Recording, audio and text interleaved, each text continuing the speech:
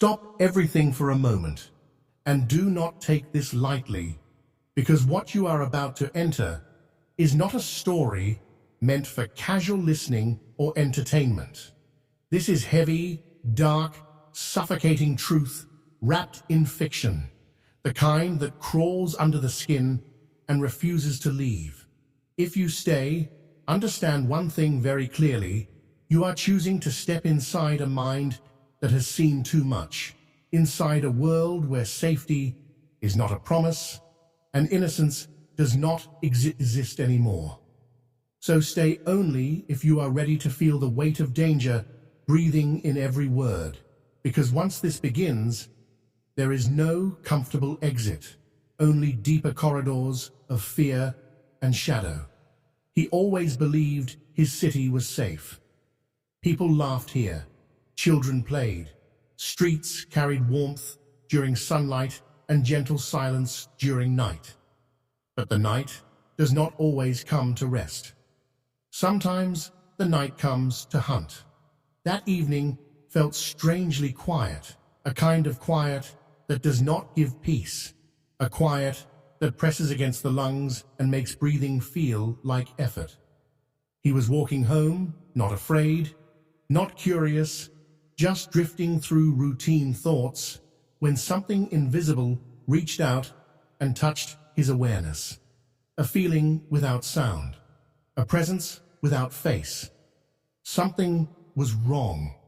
The air changed, the silence gained weight. He did not hear anything yet, but something deep inside already knew the world was no longer harmless around him. Then it came. A faint voice carried through the stillness, weak, broken, trembling. It was not a scream. It was worse than a scream. It was desperation. It was someone pleading for life in a tone you never forget once you hear it. His heart seized. Instinct whispered to walk away, to pretend this moment did not exist, to choose ignorance. But curiosity is a terrible master. Fear wanted him gone, but curiosity held his feet like chains. He moved closer, slow, careful, every step louder inside his mind than on the ground. Shadows stretched like silent witnesses. When he reached the corner and looked, time did not slow. It stopped. A person was on their knees, shoulders shaking, breath breaking, begging in small, helpless sounds. In front of them stood another presence, upright, steady, calm in a way that was not human anymore. No anger, no emotion, no reaction, just unnatural stillness. Fear wrapped around his spine and tightened. He knew he was looking at something final. The kneeling figure tried to speak again, but the words collapsed into air. Then everything ended suddenly. No struggle, no fight, just a quiet motion and a heavier silence. The night swallowed the last trace of life, and then the standing figure slowly turned its head just enough, not fully, just enough for their eyes to find him. Ice does not feel this cold. Darkness does not feel this empty. Those eyes did not threaten. They simply promised. Calm, certain. A decision had been made the moment he existed in that moment. He felt it without a word being spoken.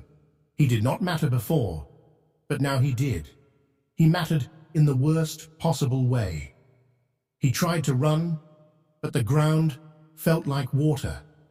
His heart exploded against his ribs as if it wanted out. He forced his body to obey, and finally it did. He ran with every piece of strength fear gave him. Streets blurred, buildings stretched and twisted in his panicked vision. The night chased him like a living creature. He did not look back.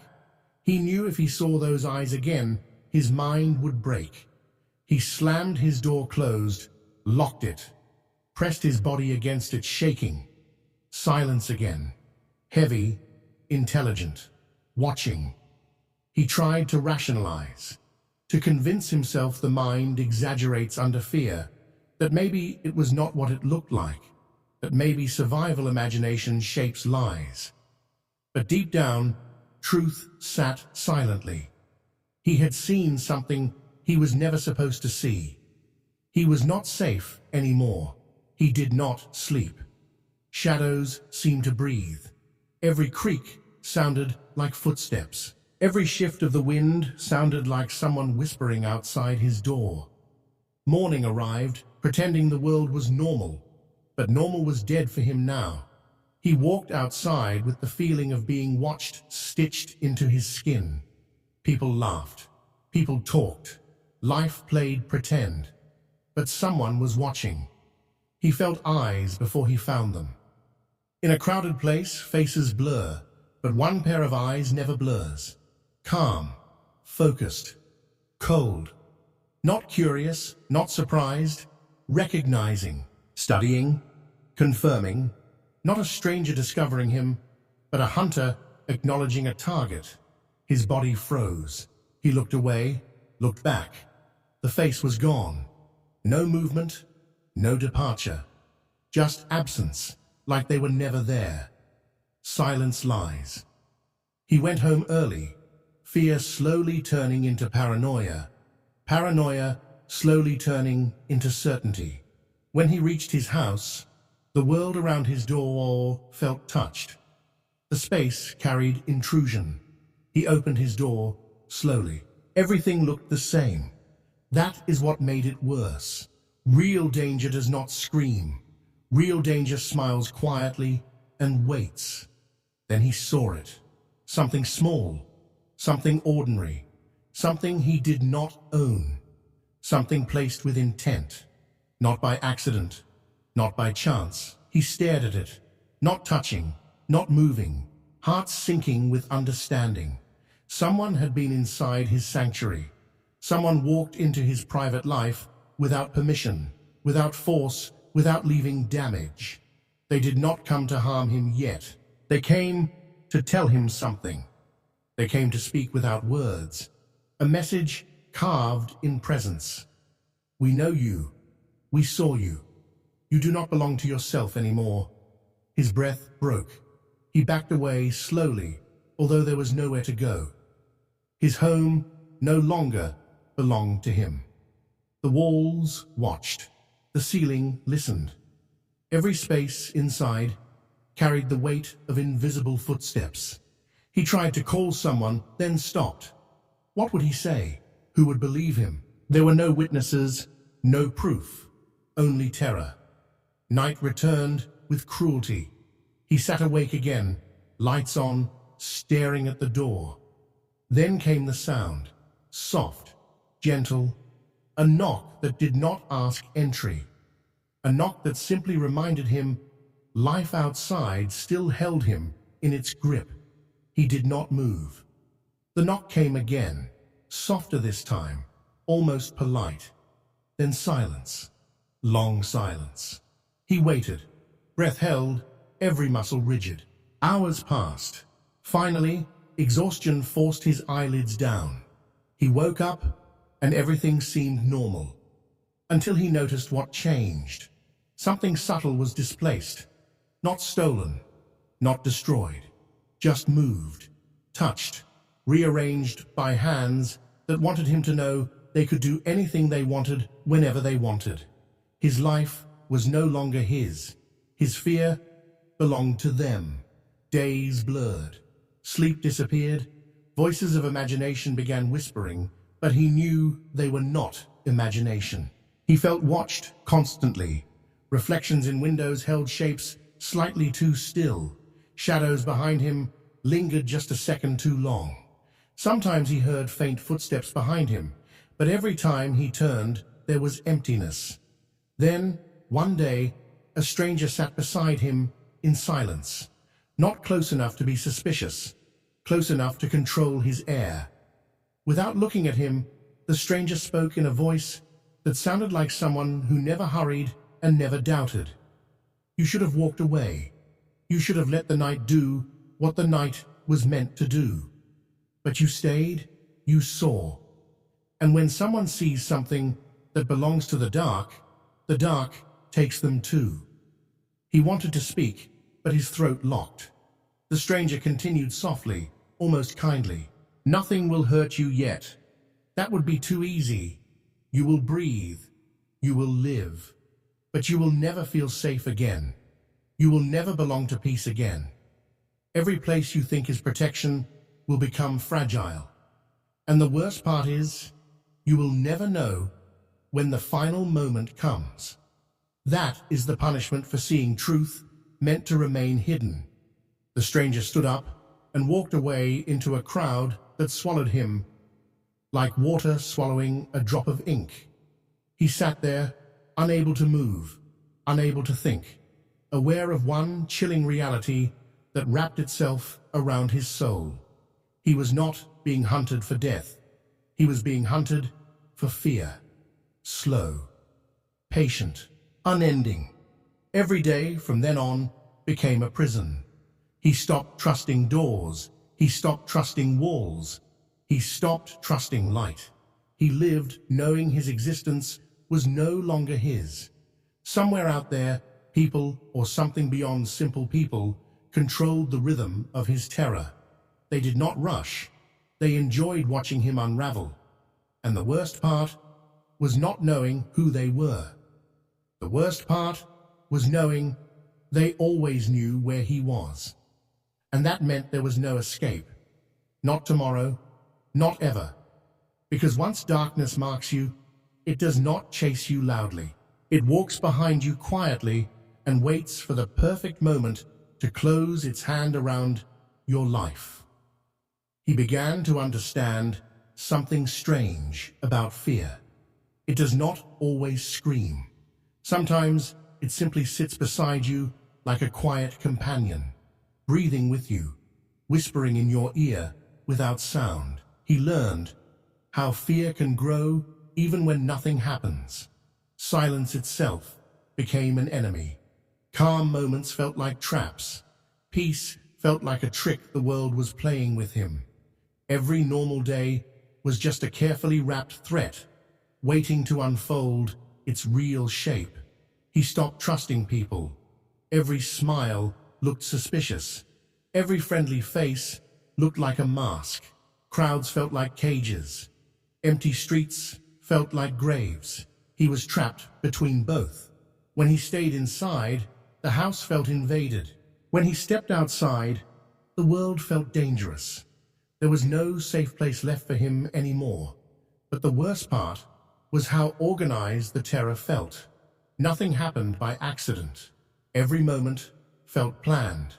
Whoever they were, they had patience, sharp as knives. They did not want his body. They wanted his sanity. They wanted his mind, slowly breaking like glass, under pressure. And it was working.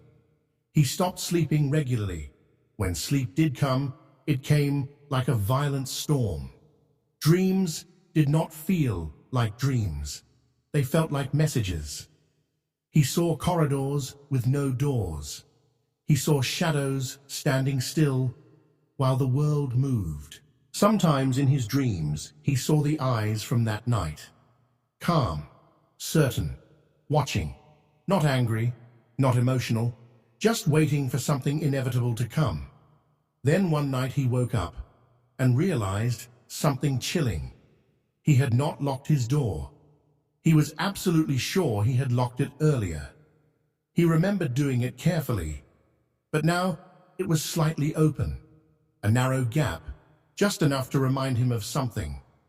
He walked slowly toward it, heart hammering, throat dry, air suddenly heavy.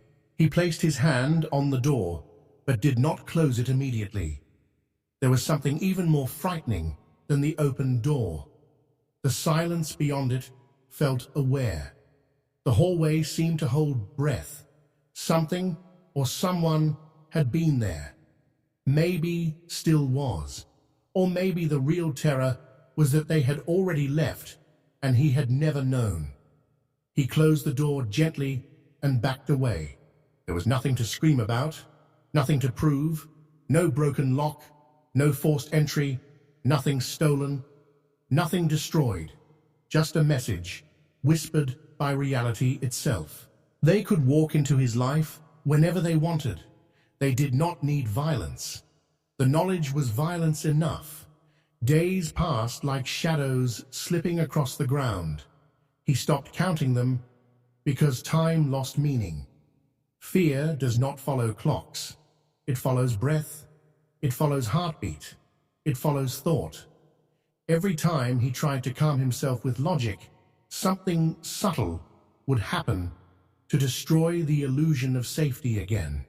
A moved object, a soft sound where there should be none, a distant shape that seemed to watch him too long and then vanish as if the world blinked and erased it.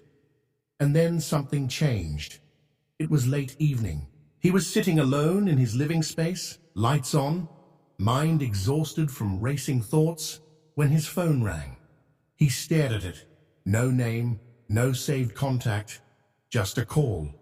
He did not want to answer. But fear does something strange to a person. It makes them desperate for certainty, even if the certainty hurts. His hand trembled as he lifted the phone to his ear. The voice was gentle, too gentle, cold, wrapped in softness, calm, wrapped in control. It did not threaten. It did not shout. It simply spoke as if continuing a conversation that had begun long ago. "You have learned," the voice said, quietly. "You understand silence now. You understand that safety is a lie. Good. That means you are ready to hear the truth." He wanted to speak, but his voice felt trapped in his chest. The voice waited. Then it continued. "You were never just a witness. You think you stumbled into something by accident. You think you saw something you were not supposed to see. But the truth is darker. You were meant to be there. That night was not random. That moment was prepared. And you did not just see something. Something saw you." The words slid into his mind like ice. His breath shortened. His heart became loud inside his ears. The voice did not rush. It spoke slowly, carefully, enjoying the weight of every word. There are certain things in this world that depend on being unseen. They survive in shadows, in secrets, in silence. When someone breaks that rule, they do not destroy the darkness. They simply become part of it. You are part of it now. The line went silent. He did not know whether the call ended or the world simply stopped functioning. He lowered the phone slowly, staring ahead, mind drowning. He wanted to believe it was a threat only, a psychological game. But something deeper inside whispered that the voice did not lie. He felt it in his bones. This was not a simple criminal chase. This was something far beyond human law and human safety. Something older, something patient, something that had practiced fear for longer than he could ever live. After that call, the world changed further. It did not become louder. It became quieter in the wrong way. People still laughed. Cars still moved. Life continued. But for him, reality began losing edges. He noticed things others did not. He noticed faces that appeared familiar even when they should not. He noticed strangers who looked ordinary, but carried something empty in their eyes. Sometimes they would linger near him without acknowledging him. Sometimes they would brush past him slightly too close. Sometimes they would stand at a distance and simply exist in his direction. Never threatening, never acting, just reminding. He was not a victim of violence. He was a captive of awareness. Soon his fear began to change shape. It was no longer wild panic. It became quiet dread, a constant silent presence in his skull like a second consciousness. He started speaking less. His voice felt like a fragile object that might break if he used it. He avoided mirrors. Sometimes when he looked into them, for a heartbeat, he felt like something else was looking back behind his reflection. Then came the night when everything shifted again. He woke to darkness. Not normal darkness, a thick darkness that felt alive. His room was silent, but it did not feel empty. The air felt occupied. He did not move at first. He simply listened. He could hear his heartbeat louder than anything else. And then faintly, almost tenderly, he heard breathing in the same room that was not his. Slow, calm, present. He could not scream. His body was frozen by terror. He did not dare turn his head. He did not dare break the moment. The breathing stayed, patient, unmoving, executing control simply by existing. It lasted long enough to break the last piece of his belief in safety. Then, with the same quiet patience with which it arrived, it faded. He did not sleep again. Morning sunlight meant nothing. Light does not erase what lives in shadow. Light only makes it smile quietly and wait. His life no longer felt like life. It felt like a sentence. He was alive physically, but everything inside him had begun to collapse slowly. He stopped talking to anyone. He stopped seeking help. He knew now this was not something the world could fix. He carried something invisible that marked him, something others could not see, but something that never stopped seeing him. Then finally, the understanding came to him in a slow, terrible realization. They did not want to kill him because death is mercy. They wanted him to live under a sky that no longer felt safe, breathe air that no longer felt free, walk streets that no longer belonged to innocence. They wanted to own his fear. They wanted to own his mind. They wanted to erase peace from his existence permanently. And they had succeeded. He no longer waited for a final attack. He no longer expected a dramatic ending. He understood there would be no loud conclusion, no final confrontation, no heroic fight. He would not vanish. He would not be destroyed in a clean instant. He would simply continue existing like this, watched, marked, owned by something he could never name out loud. He walks now like a shadow wearing human skin. People pass him without knowing what lies behind his eyes. They do not see the silent presence that follows him everywhere. They do not hear the quiet breathing beside him in empty places. They do not feel the invisible hand resting on his life, reminding him gently that he does not belong to safety anymore. And sometimes, when he closes his eyes, he hears the voice again. Calm, gentle, certain. You should have walked away, but you stayed. And once the darkness sees you, it never forgets you, and it never lets you go. He no longer searched for answers, because answers meant hope, and hope was something that did not belong to him anymore. He simply lived each day like a figure drifting through fog, aware that the fog was alive and aware that it watched him back. The city still moved, the world still smiled, but everything he saw now carried a second layer beneath it, a hidden layer of quiet darkness that pulsed like a silent heartbeat beneath normal life. He was different now, and the world did not notice, but the darkness noticed, and that was what mattered. He began to understand something deeper about the presence that followed him. It did not chase, it did not force, it simply stayed. The way silence stays after a scream, the way shadow stays after light.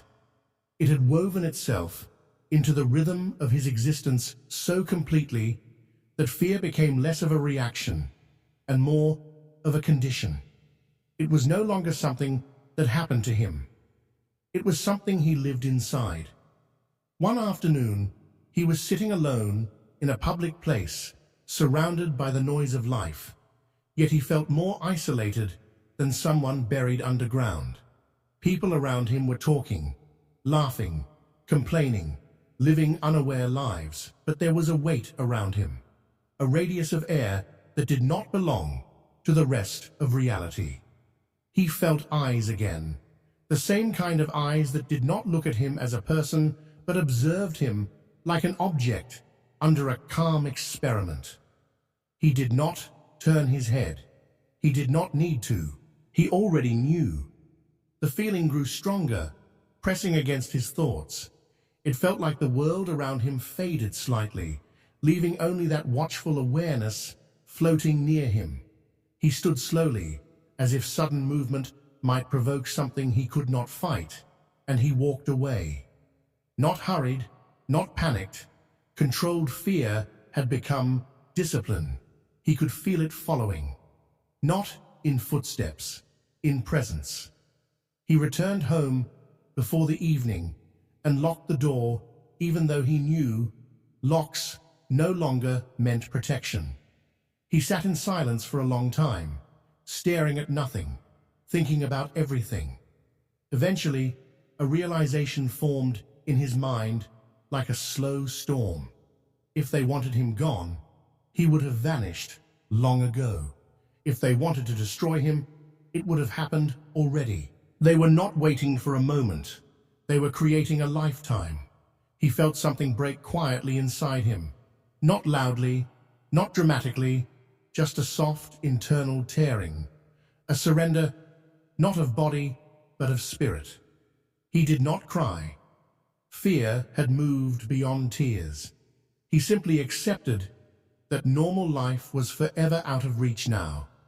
Whatever he was before, whoever he was supposed to become, none of that mattered anymore.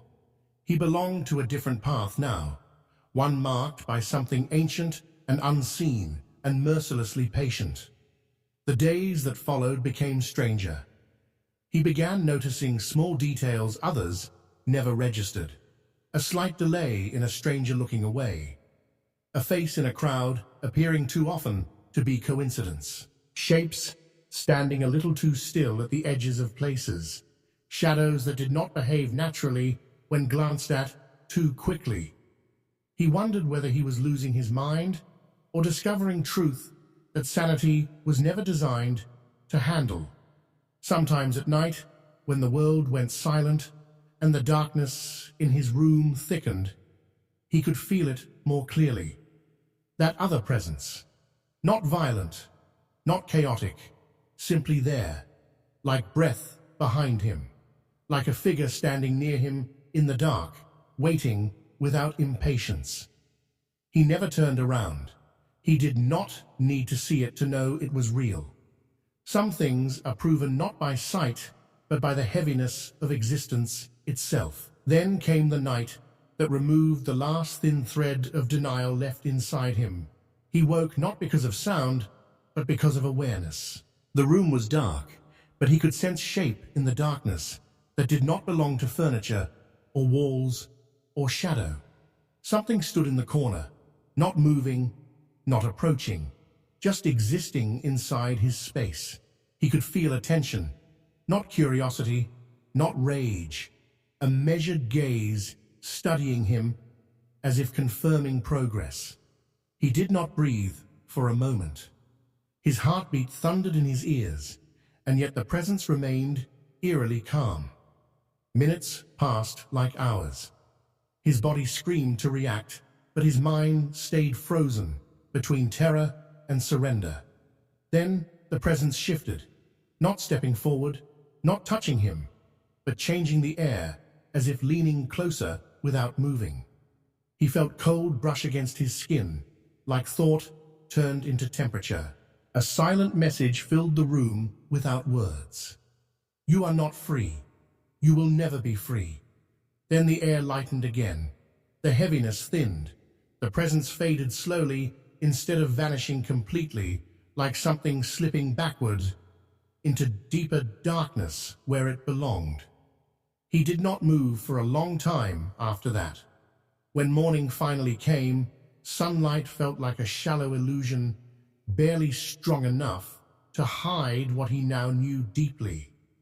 This was not only about fear, this was ownership, and he was the one owned. He began isolating himself further because he feared for others more than himself. If something this precise and patient had chosen him, then it meant he was a thread inside a larger, hidden design, and anyone close to him might become another loose thread that needed to be controlled or cut. So he distanced himself. Friends faded. Conversations died. His life shrank into a narrow tunnel of existence where all that remained was survival of the mind. But even in isolation, he was never alone. One evening, he sat in darkness without turning on a single light. He did not need light anymore. He was used to sitting with the unseen. While he sat there, a strange calm filled him. Not peace. Something colder. Something resembling acceptance. The air shifted gently, as if an unseen figure sat across from him, though there was no chair there. The silence between them felt like communication. He finally spoke softly into the darkness, his voice dry and calm. "What do you want from me?" The room did not answer with sound. Yet something inside him understood the response. They did not want destruction. They did not want noise. They wanted demonstration. They wanted to prove something about control, about helplessness, about how fragile the human concept of safety truly is. He was not a target. He was a lesson, a living example of how easy it is to erase peace without ever laying a hand on the body. The understanding settled over him like a heavy blanket. He was not chosen because he was special. He was chosen because he was ordinary. Because ordinary people break beautifully when confronted with relentless, unseen terror. He was a message to someone or something beyond him.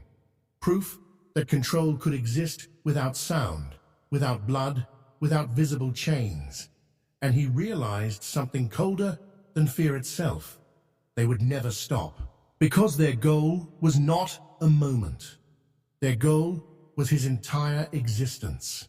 He lives now, not as who he once was, but as a quiet shadow walking through a world unaware of the monsters that do not shout. He sees children laughing, lovers smiling, people moving through life with careless comfort, and he knows something they do not. He knows how thin the wall really is between normal life and the kind of darkness that waits patiently for someone to accidentally look directly at it. Sometimes when he walks through streets at night, he feels others like him. Faces that carry silent panic behind tired eyes. People who saw something they were never meant to see. People who walk with an invisible presence just like he does.